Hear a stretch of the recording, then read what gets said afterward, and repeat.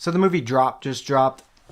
And I mean, it was just average, but I think the reason why I enjoyed it so much is because this last month I've had to rule against so many movies, two of which just destroyed my childhood. So I'll admit this weekend was a little bit better for movies. I will be talking spoilers in this review, so if you want my final verdict spoiler free, skip to this time in the video. The movie is pretty much a ripoff, though probably coincidentally so, of the movie Carry On, which just came out this past Christmas, where there's this conspiracy to assassinate a political witness of some kind, and the assailants utilize an innocent person to aid their plan. But in this movie, the pacing is just bad in general, and the mental gymnastics justifying the narrative choices are Varsity level. The movie centers on this woman who's a single mother and a domestic abuse survivor, and she's trying to get back into the dating scene. She's talking to this guy, Henry, but she's a little bit hesitant to meet him, understandably.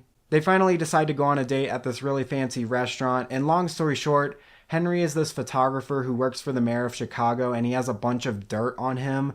So this person starts airdropping Violet, basically threatening to kill her son if she doesn't kill Henry. By the way, Violet says he's 9 going on 13. They should have cut this line from the script in the middle of filming because this kid does not seem like a 13-year-old. He seems way more like a 5-year-old. Anyways, if Violet tries to leave or call for help, then they're going to start killing people in the restaurant. And right off the bat, you can probably see a big problem with the premise of this movie. If the person threatening Violet is able to kill other people in the restaurant, then why the hell does Violet have to be the one to kill Henry? Can't they just kill Henry themselves? They play it off like killing innocent civilians at a restaurant is different than killing a whistleblower at a restaurant, so they need this basket case scapegoat like Violet, who's had a history of committing homicide. And I mean homicide in the sense of the manner of death, not the crime, just to be clear. A whistleblower and a bunch of innocent people dropping like flies in a restaurant isn't any less fishy if a woman who was forced to kill someone in the past is the one killing the whistleblower. And this is what I'm talking about with the mental gymnastics. To think that this conspiracy is efficient narratively speaking, and that the perpetrators would actually get away with something like this in real life is just idiotic. So in order to kill Henry, Violet needs to basically roofie his drink with a vial of fentanyl, but the writers overcomplicate this shit way too much, and it's just another example of mental gymnastics. Just get used to asking questions throughout this movie. So Violet goes to the bar to get the two of them some drinks, and the person threatening her says that she has to spike it at the table and not at the bar because the cameras that they've tapped into can only see her spike it if she's at the table. Even though earlier in the movie we can clearly see that there is a camera pointed straight at the bar. Oh, but Your Honor, they probably just tapped into the one camera pointing right at the table. Really?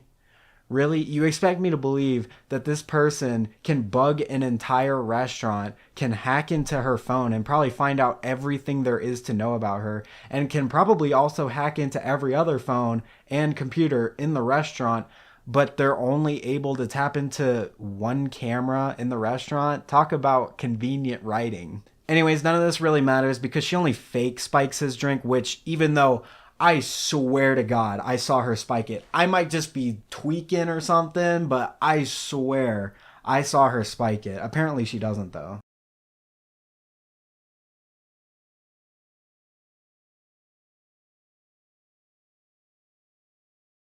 Then she actually finds out who's sending her these threats through airdrop, and they actually did subvert my expectations with this.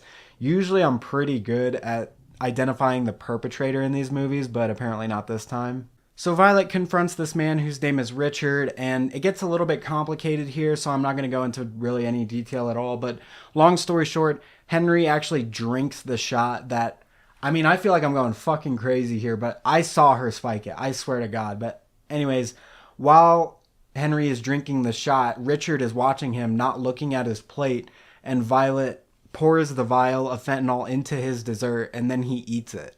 When Richard finds out that Violet poisoned his dessert, he loses his mind and then pulls a gun on her. Henry actually takes the bullet for her, and then chaos erupts. Everyone's running out of the restaurant, and then eventually Richard shoots out one of the windows of this restaurant that's like at least a dozen stories high. The window obviously breaks, and then I don't know if this is accurate to real life physics or not, but Richard gets sucked out of the restaurant. Like, like sucked the fuck out of this restaurant and then plummets to his death. I mean, he goes down so fucking fast and hits the ground so fucking hard.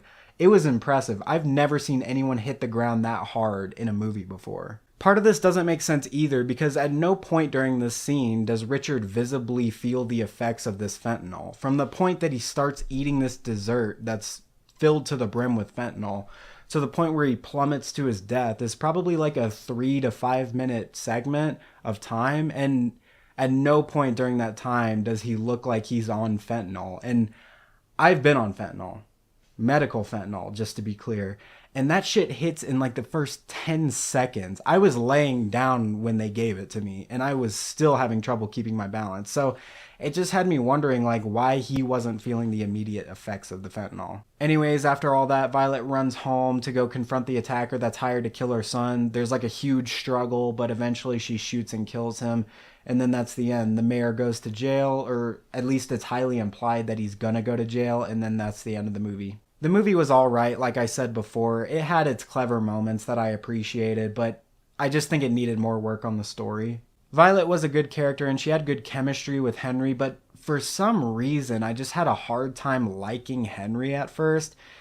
I mean, he has his charming moments throughout, but it just seemed like his personality at first was very shallow and he just seemed generally uninterested in anything. And I don't know, it might just be me, but like I struggled to like him at first. The other thing too is the pacing of this movie. A lot of it is just going back and forth from their table to different places, and I just found myself getting restless mentally speaking.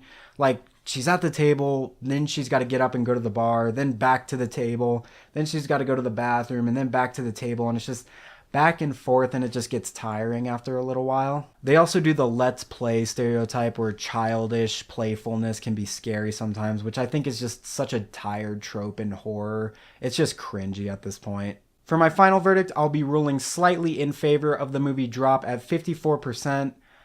Blumhouse needs to get their shit together. I'm trying to remember the most recent movie of theirs that I actually watched that I liked. I feel like it was probably The Black Phone. That was all the way back in 2021. Now, should you go see it, rent it, or stream it, or just not watch it at all? I would say if you and your significant other just for the life of you cannot find something else to watch, which I know about that shit, then you can watch this movie. It's a chill movie. Anyways, that's all for today. If you enjoyed my review, please consider dropping a like and hitting subscribe, but that's all for this case. This court is adjourned.